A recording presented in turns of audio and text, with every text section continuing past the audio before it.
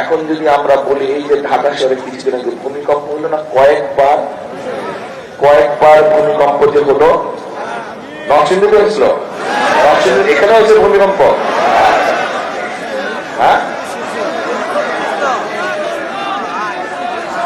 আচ্ছা ঠিক আছে,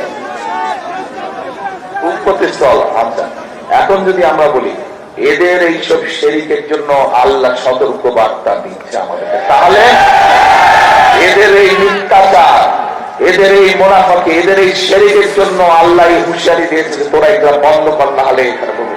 আমরা যদি এইটা বলি কোথায় যাবে তারা? কাজে আসুন এই শিরকিদের হাত থেকে, এই মুনাফিকদের হাত থেকে, এই ধোঁকাবাজদের হাত থেকে এই দেশকে, এই দেশের মানুষকে রক্ষা করতে হবে।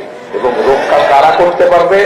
রক্ষা করতে পারবে একমাত্র এই দেশের গণতান্ত্রিকামী মানুষ, এই দেশের গণতান্ত্রিকামী মানুষ, এই দেশের স্বাধীনতা সার্বভৌমত্ব যারা বিশ্বাস করে একমাত্র তারা এই দেশের জনগণ রক্ষা করতে পারে।